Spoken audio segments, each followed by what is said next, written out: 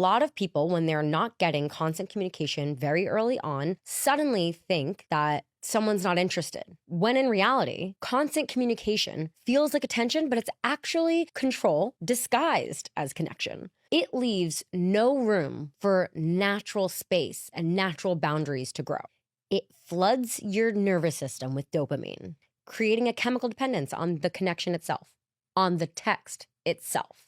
This is the good morning text, the phone calls, 1 day in, 2 days in, a week in, whatever. I've done this myself, and I hear my friends doing it when they first meet someone and they're like, well, we haven't talked in 2 days. That's normal.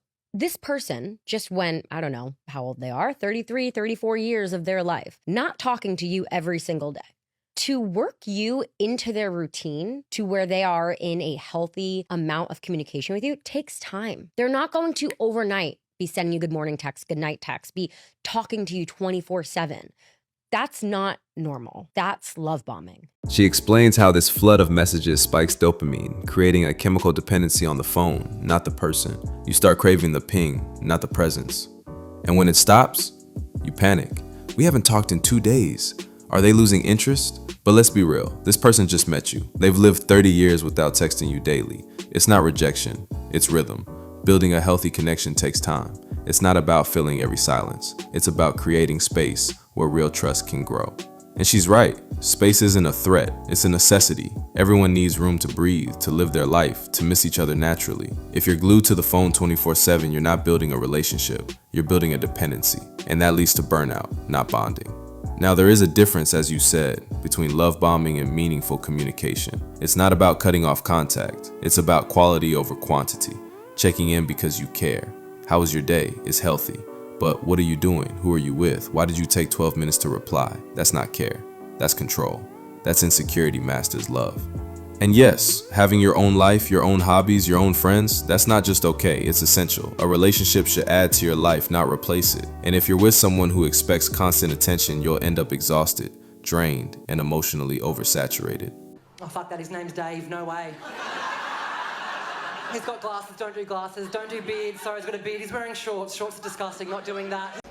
So I live in Vancouver, and I've been single for like 2 years, over 2 years, and like very single, no situationships, no talking stages, like nothing. And then like every time I'm interested in a guy or I see a guy and I'm like, oh, I haven't seen it, like, you know, he might be a potential, all of a sudden he like hard launches a girlfriend the next day, or like leaves the country. Like it's been awful. It's been so weird.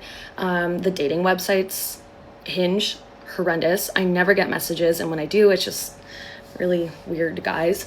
And when I try to go on Raya, I have like 30 referrals, can't get on Raya, and like just nothing. I feel like I'm literally invisible to men, and I don't think I'm like ugly, like I'm cute. And so I don't know, it's just been awful and weird. And so naturally I was complaining to my mom, and she was like, oh yeah, no, that's because I've been praying that you won't meet a man if it's a bad guy.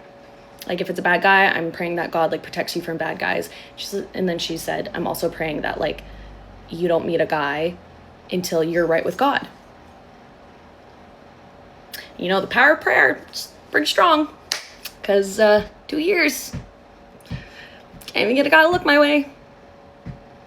And I can't be upset or annoyed, because like that's a good thing that, you know, awful men aren't coming my way, but said awful men, they're all awful. Like, I'm just gonna freaking die alone at this point, so. And I'm working on my relationship with God, I swear. Love you, Mom. You're the bomb. Love you, God. I'll be patient. This woman's story is equal parts hilarious and painfully relatable. She's in Vancouver, single for 2 years, ghosted by fate itself. Every guy she likes suddenly hard launches a girlfriend or mysteriously leaves the country. Dating apps, a wasteland. Hinge, radio silence. Raya, denied at 30. And then, plot twist, her mom drops the truth bomb. I've been praying you don't meet a man, unless he's from God. and suddenly everything makes sense. She's not invisible to men, she's spiritually blocked by divine intervention. And while the humor hits hard, I'm gonna die alone, there's a deeper truth underneath. Because yes, prayer is powerful, but so is location, energy, and access. And if you're waiting for love to find you while stuck in low traffic zones, quiet cafes, solo errands, endless scrolling, the chances of organic connection shrink fast. Most men aren't approaching, not because they don't see her, but because they're terrified of rejection, judgment, or being labeled creepy. So the burden of initiation? It's shifting. And women who want real connection might need to step into spaces where men feel safe to engage. Group events, hobby meetups, social circles, and give subtle green lights. Eye contact, a smile, an open posture. Yeah, I might be single, but I'm not desperate. I don't play games, I don't do temporary, and I know my worth. So either you come to my life and stay, or don't even bother. This is the voice of a man who's been through the cycle. Chasing, settling, getting played, wasting time, energy, money, and now he's upgraded his standards. Not because he's bitter, because he's wise. And honestly, this mindset should be celebrated. Too many men, even in relationships, keep one foot out. They're always looking, always comparing, always testing options. But real peace, it comes from choosing one, from building something deep, stable, and lasting. And the men who say this aren't closed off, they're protected. They've learned that not everyone deserves access to your heart, your time, or your future.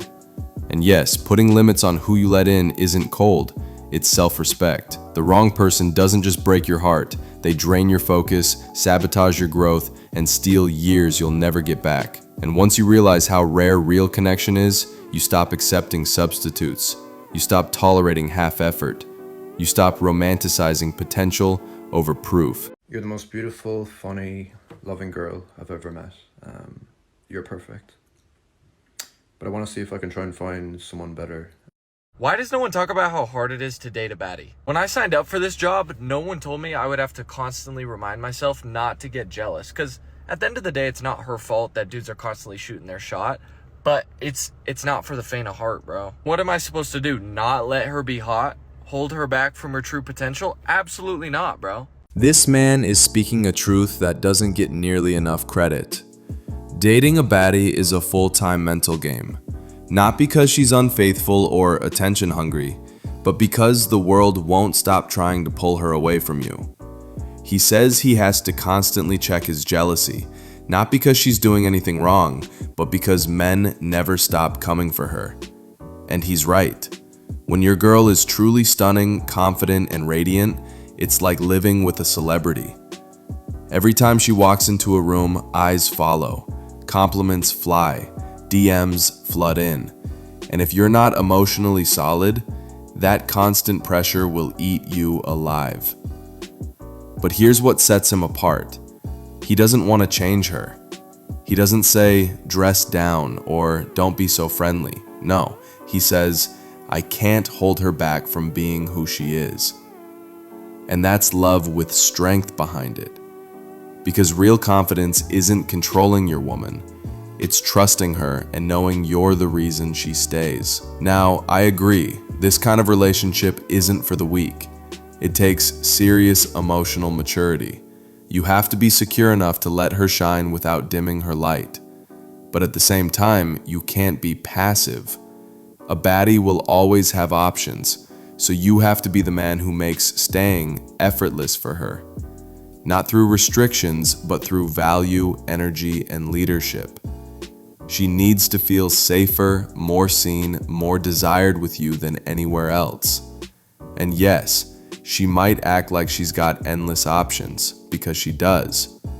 That's not a threat, it's a test. And the man who passes isn't the one who gets jealous. It's the one who stays calm, leads with confidence, and makes her choose him. Every single day, all over again. So, what's your sign? So I'm looking for someone who's also financially stable and not has to work a 9 to 5 every day to live their life. You have to have at least 3 cars under your name. Guys, if you ever hear that, run. Build your empire and choose your best option.